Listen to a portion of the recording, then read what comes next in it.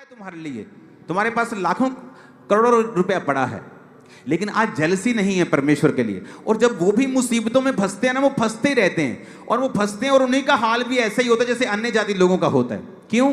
क्योंकि जो परमेश्वर ने अगर आपको ज्यादा दिया है वो आपसे ज्यादा मांगता भी है। अगर परमेश्वर ने आपको ज्यादा मसा दिया है ना, आप हल्की सी भी मिस्टेक नहीं कर सकते। जिससे उसने कहा जिसको मैं ज्यादा दूंगा मैं उससे ज्यादा लूंगा भी। तो क्या एक भी अमीर आदमी के व्यक्ति के दिल में नहीं आता कि चलो यार एक पिक्चर प्रोड्यूस करते हैं, पॉल के बारे में दिखाएंगे, चलो एक पिक्चर प्रोड्यूस करते हैं, पतरस के बारे में दिखाएंगे, जीसस के बारे में दिखाएंगे। लेकिन नहीं, सबको बात करनी है। अगर मेरे पास पर्सनल, मेरे ख्याल से चर्च ऐसा काम नहीं कर सकती, एनजीओ काम नहीं कर सकती, मैं कब का कर चुका होता। मेरे पास पर्सनल इतनी पैसा नहीं है कि मैं वो, अगर मेरे पास होता मैं कब का पिक्चर बना के आपके सामने नेटफ्लिक्स पे रख देता। मैं आपको बता रहा हूं। और फ्यूचर में इस चीज पे हम काम करेंगे, लोगों को इकट्ठा करेंगे, जितना मेरे पास होगा मैं भी दूंगा। हम काम करेंगे इस चीज के ऊपर। हमें करना होगा, अपने आप कुछ नहीं होगा। आपकी रब आपे कर लूंगा जी, रब दा काम है जी, प्रभु का काम प्रभु कर लेगा।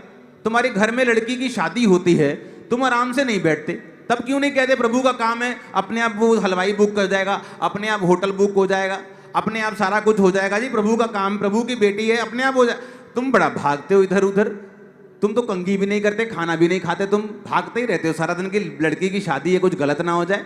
लेकिन प्रभु के कामों के लिए हम इतना सीरियस नहीं है। उसके कामों में बोलते हैं प्रभु का काम है, अपने आप हो जाएगा।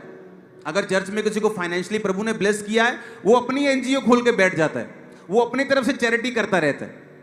जबकि बाइबल कहती है अपना पैसा एक जगह पर प्रभु के भवन में लेके आओ, क्योंकि उस जगह पर जो काम हो रहे हैं वो तुम कभी नहीं कर पाओगे। मैंने ये कमी देखी क्रिश्चियन लोगों में भी, जब उनको परमेश्वर फाइनेंशियली ब्लेस करता है, जस्ट अपने आप को लाइमलाइट में लाने के लिए कुछ भी, मैं ये काम कर रहा हूं, मैं चैरिटी कर रहा हूं। जब हमें मालूम है कि सुसमाचार का काम किस तरीके से जा रहा है, किस तरीके से फैल रहा है, तो हमें वहां बोना चाहिए जहां से सोल सेविंग हो रही है, ना कि मैं अपनी पर्सनल चैरिटी करूं और लाइमलाइट में आऊं। इंडिया में बहुत से लोग हैं जो अमीर हैं, जो ये काम कर सकते हैं, जो एक्टर्स को जानते हैं। हालेलुया। मेरी भाई जोनी लीवर जी से बात होती रहती है कुछ कुछ दिन बाद। वो भी तैयार हो रहे हैं कि इन कुछ ही सालों के अंदर अंदर मैं भी इस काम में आने वाला हूं और प्रभु के लिए हम बनाएंगे, प्रभु के लिए काम करेंगे। तो बहुत से लोग हैं जो अभी इस बात को समझ रहे हैं, इंडस्ट्री के लोग हैं, इंडस्ट्रीज के जो लेजेंड रहे हैं, उनसे मेरी बात होती रहती है, मुलाकात होती रहती है। हालेलुया। लेकिन उन्हीं से होती है, उन्हीं को मैं बुलाता हूं जो आने के पैसे ना लें, क्योंकि आपका पैसा, एक गरीब का टाइथ का पैसा मैं किसी व्यक्ति को बुलाने पर खर्च नहीं कर सकता हूं। हालेलुया। तो ये हमें समझना पड़ेगा, ये हमें ध्यान रखना होगा कि मुझे, मेरी कॉलिंग क्या है। इसलिए बाइबल कहती वो एक मन के थे सब लोग, और एक मन से होकर एक एक दिन में 3-3, 4-4 हजार लोग बैप्टिज्म ले जाते थे।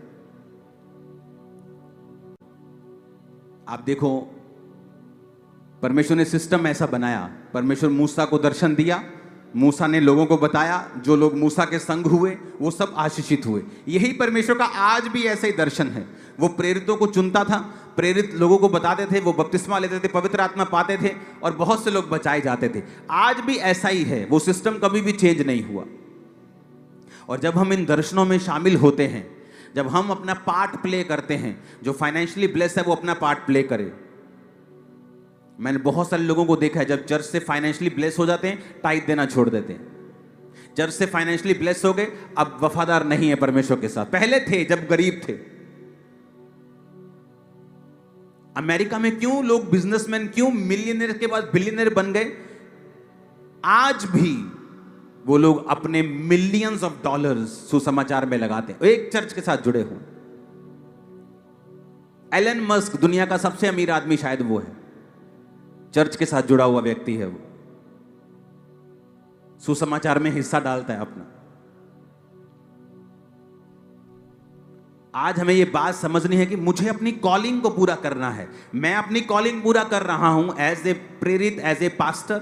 आप पूरी कर रहे हैं कि नहीं कर रहे हैं? और हमारी कॉलिंग के अंदर ही हमारी आशीष है।